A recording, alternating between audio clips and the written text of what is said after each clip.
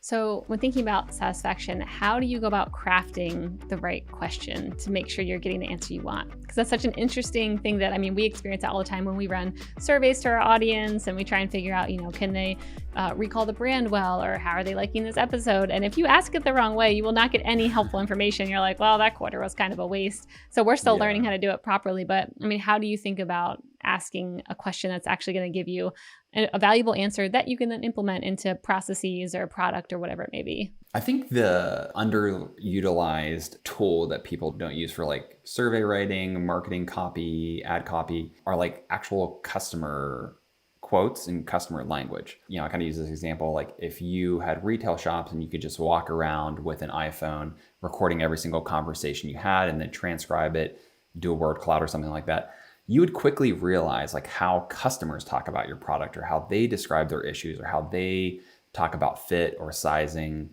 in the exact terms that you really want to use in other places. So in surveys, in ad copy, in digital copy, because that is the stuff that really lands with people. And so whenever I'm, thinking about like how we ask questions in surveys or consumer insights, oftentimes I look at like how customers describe that statement to us, or I'll ask our team like, hey, when someone is describing like satisfaction to you, like what are the terms that they're using?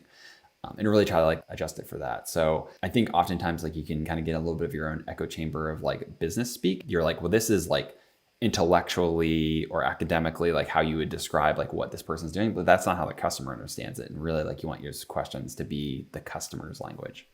That's good. Do you have any examples that come to mind where you're like, here's our question before and here's after? I don't know if I have a good example for the before after. I will give you a good example of like product feedback and how you kind of look for that. So oftentimes people will ask me about like customer insights and like, how do you know that you're pulling proper feedback? Because CX is challenging because you have 100,000 tickets a month and it's like, millions of words. And like, how do you know what words people are having?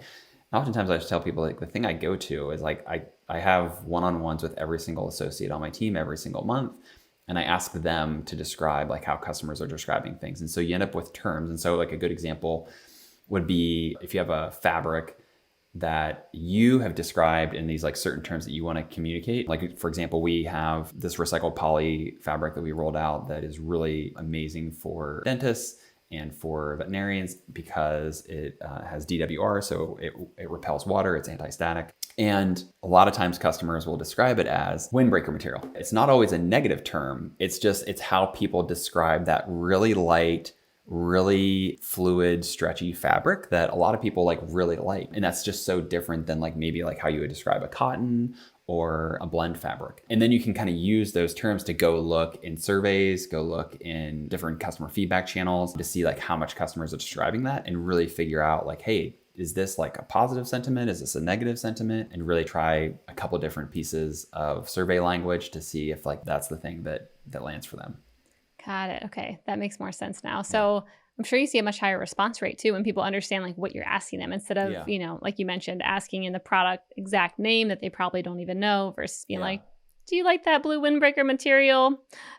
Scrubs that you got, and let us know if it, was waterproof enough or whatever, however they're actually talking about that. Obviously, it's like a really disappointing thing when you run a survey and you see the results and then you're constantly like, did they understand that the way that I intended? And so you're trying to obviously like avoid that as much as you can. But yeah, it's really, I think like being able to test those different questions in surveys. If you see that higher response rate, you probably get a better sense that the person actually like knows what you're talking about. Eventually you find the language that lands for you, and whether it's your CSAT survey, your NPS survey, your customer effort score survey, you find the language that your customers use. And ours is a really good example because most of the people that buy our products are healthcare professionals, doctors, nurses. And so they have a very specific terminology that they all use every single day. And so we can kind of like mirror a lot of that language. Like for example, our email handle is stat@wearfigs.com.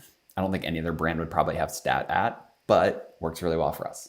Yeah, when we ran a survey one time, I also realized how important the answers were to not make them tricky because we were asking, do you know who sponsors this show? And we put UPS, USPS, and then two other, and then people, it was like 50-50 on those two. Like everyone knew it was one of those two, and then it wasn't FedEx or whatever. And we were like, oh, I think that was just a bad survey. We just need to redo that and not put trick questions in there because most people might not even know the difference between those two.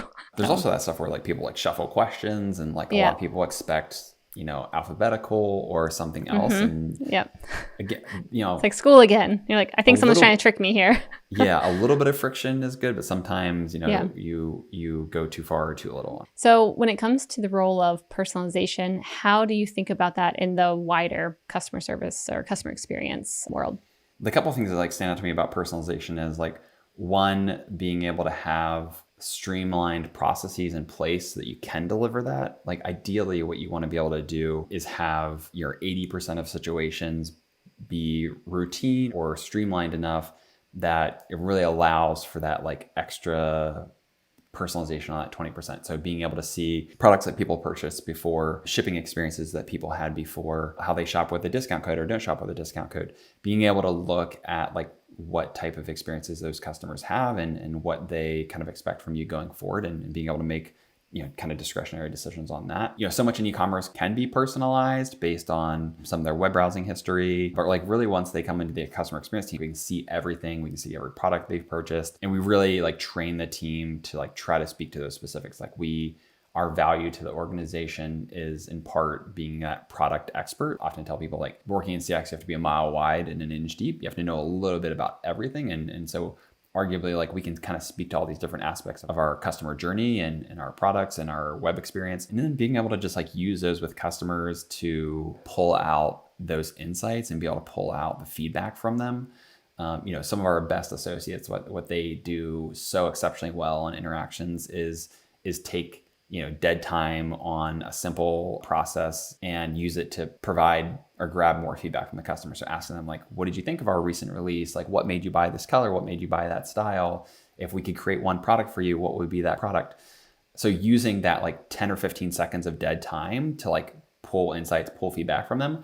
Also, that's how you end up like really in those really rich conversations where the customer's like, oh, wow, they actually like really listen to their customers. They really listen to us. I'm going to give them like everything that I wish that they would like make for us. And it's really like created some of our best ideas ever. And it's shaped a lot of our product roadmap. So yeah, I think being able to like recognize the individual person, the individual buying habits, their prior journeys, their prior experiences, and then use it to, hopefully help the company become better is your ideal situation there.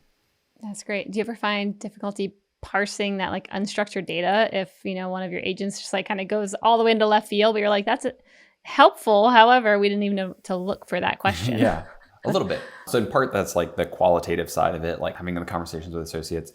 We moderate 100% of customer feedback. So NPS surveys, product review surveys, shipping surveys, and we have our tier 2 and tier 3 associates like do that moderation. And then they kind of build a report every single week. Then we like talk about like what they're seeing in there.